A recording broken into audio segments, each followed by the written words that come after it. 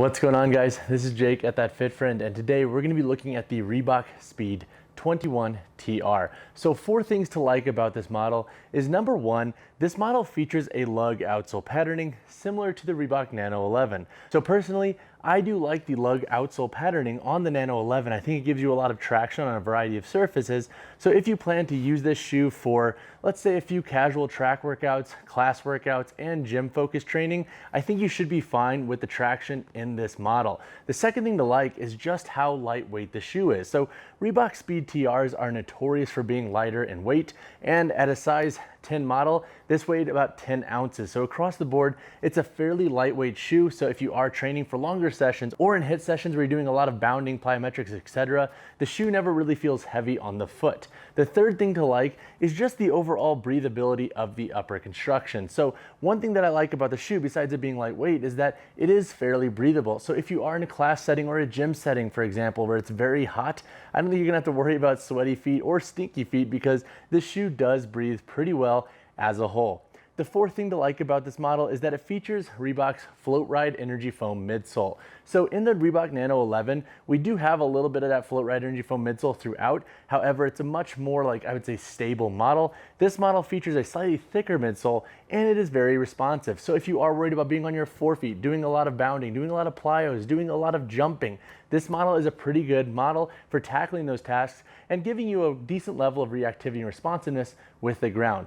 But that all being said, and despite liking this shoe, from my first impressions and from my first workouts, let's talk about a few cons that I have noticed with this model. So when it comes to cons, the first glaring con with this model is the durability issues with this reworked eyelet system. So as opposed to having more traditional eyelets with reinforced metal rings, we have these strings here. And if you look on Reebok's site, there are actually countless reviews talking about these popping and having to get new models due to a manufacturing issue. So what I would say is that if you have high arches and you put a lot of stress into the tongue and the upper part of your shoe, especially through the midfoot, you may have some durability issues with this eyelet system. I like this system in theory. However, I do think there's some glaring durability issues down the road with this model if you invest and if you train hard in them. The second con is that the tongue is pretty thin and pretty small compared to the rest of the shoe. So as you can see, the tongue doesn't actually sit up that high, which isn't necessarily a bad thing. However, there's no internal loop on the tongue, so it kind of slides around. If you've ever worn the normal Reebok Nano 11, that tongue kind of slid over because there was no loop holding it down. And similarly, I have noticed that the tongue slides a little bit in this model, especially more laterally when I train in them. So overall, it's not really the biggest hindrance on my performance, but it is annoying, and honestly, it wouldn't be that difficult to just add a loop in the tongue and prevent this issue, Reebok. The third potential con is that this model is nothing like the previous Speed TR. So if you came to this review hoping to update your Speed TR and get something similar in nature when it comes to the stability that that model offered you, this is not going to be your best bet. This is pretty much fully reworked. There's still a 3mm heel to toe drop in this model, but just the overall midsole, it compresses under 315 pounds. It is not going to be as stable as the previous Speed TR, so that is something to think about. So if you are looking to update your Speed TR and you like that model, you might be better off just actually sticking with that shoe and then re-upping in that same model versus updating to the 21 TR. Before you click away from the channel and this video, consider subscribing. It really helps the channel grow and I sincerely appreciate it. But now let's get back to the review. So when chatting performance of the Reebok Speed 21 TR, we're gonna break this section into a few different parts. We'll talk about lifting, more versatile training, shorter runs, and then daily wear. Now, when it comes to lifting, this model was somewhat of a disappointment. I personally love my previous Speed TRs for heavier training. You could pretty much train in them as heavy as you could with your Nanos and never have any issues with compression. With this model's reworked midsole, I would say cap your loading to about 315 pounds because this model will compress under certain thresholds. But when it comes to more recreational training, if you'd want to use this for classes and more lighter dumbbell work, accessory work, etc., this shoe will work. But just note that the fully reworked midsole here compared to the previous Speed TR is very different and nowhere near as stable. Now, when it comes to more versatile training, I actually really enjoy this model. The previous Speed TR was actually not the most comfortable for more like bounding and plyometrics, especially for longer sessions, but this model's reworked midsole actually feeds really well into that activity. So while yes, the lifting performance has gone down in this model, I do think it's taken a slight edge when it comes to more versatile style training and more athletic focused work. Overall, the shoe is very responsive, and with that lug patterning, you're getting a lot of grip on a variety of surfaces. So across the board, I do think the shoe is a hit for more versatile style training, and the lightweight nature of it helps add to its overall performance. Now, when it comes to shorter runs, this model I think will work for like 1, 2, maybe 3 mile bouts if you want to wear it for that. Its midsole will provide you a nice level of reactivity. Is it going to be the best model for longer duration runs? Probably not. Plus, I would be worried about the overall durability of this exposed midsole up here in the forefoot for outdoor running. But if you want to use it on a treadmill, then you should be safe doing shorter runs in this model.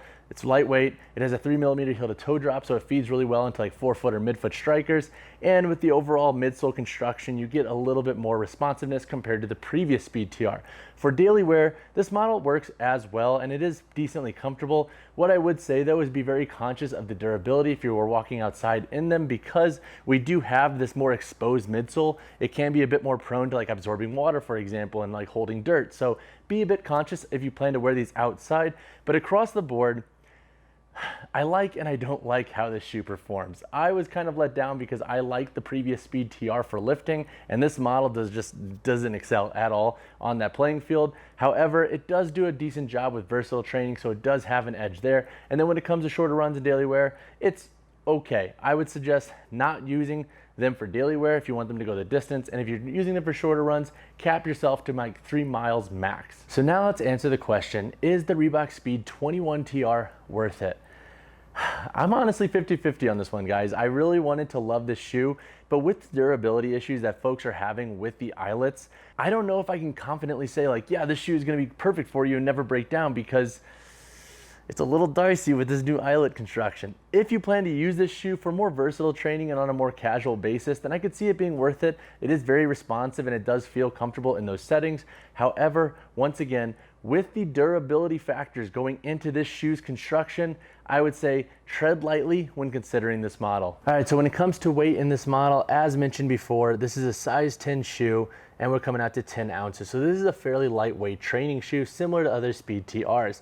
When it comes to heel to toe drop, this model features a 3mm heel to toe drop, just like the prior Speed TR.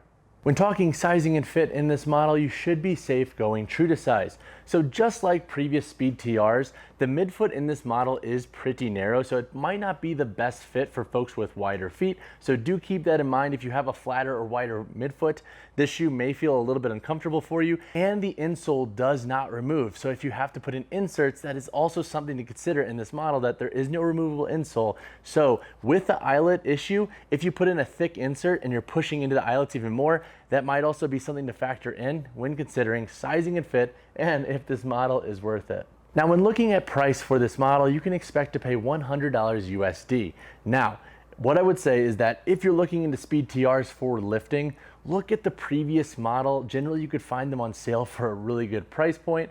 However, if you want this for more versatile training, the price point could be worth it. But again, I am going to reiterate once again, tread lightly with some of the durability issues that folks have been having with this model. All right, so now let's break down the construction of the Reebok Speed 21 TR. Up here on the toe, we have an extended outsole layer that wraps up. Then we have like this thicker synthetic leather material here. Honestly, I feel like this feels a little out of place compared to how lightweight the shoe is. Why they didn't use a lighter synthetic material up here on the toe box is beyond me, but overall, I'm actually not the biggest fan of this thicker leather up here. So throughout the upper, we have different forms of mesh. We have some Reebok branding here on the lateral and medial side. And then on this lateral heel, we also have like a little light TPU layer here. And then on the medial side, this is actually more of just a synthetic material, and there's nothing really here to actually support it. So while this side has that plastic material, this medial side does not. Making our way to the midfoot and also many points of discussion of this video, we have 7 eyelets that wrap up, and the eyelets are these loops here. So as you can see, like there's not a lot of support that is going on with them. So that's why I think people keep having them pop off, especially this top eyelet here. If you have high arches and you're going into like a grandiose dorsiflexion in a lot of workouts where you're putting a lot of force into the upper part of the shoe, it makes total sense as to why these are popping off. The tongue itself, once again, is rather small and thin. It does slide around a little bit. And then making our way back here to the boot, we have some Reebok branding. Overall, the boot has some decent support to it. It's not like overly crazy supportive like some of the Nano models, but it does an okay job. Then once again, we have that energy foam midsole that runs throughout the model. As you can see, it is much thicker than the prior Speed TR's midsole. And we have that full rubber lug pattern outsole.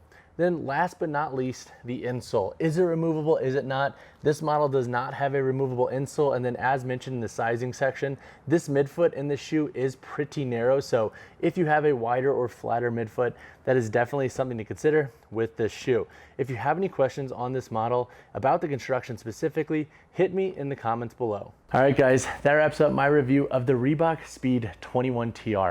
Overall, it's different. It is very different than the previous Speed TR, and that's not necessarily a bad thing. However, with the durability issues that folks have been having, I can see this model needing a quick reworking before recommending it and saying that this is a great shoe. If you have any questions on this model, hit me in the comments below. And as always, guys, drop a like on the video, subscribe to the channel. I'll see you guys in the next one.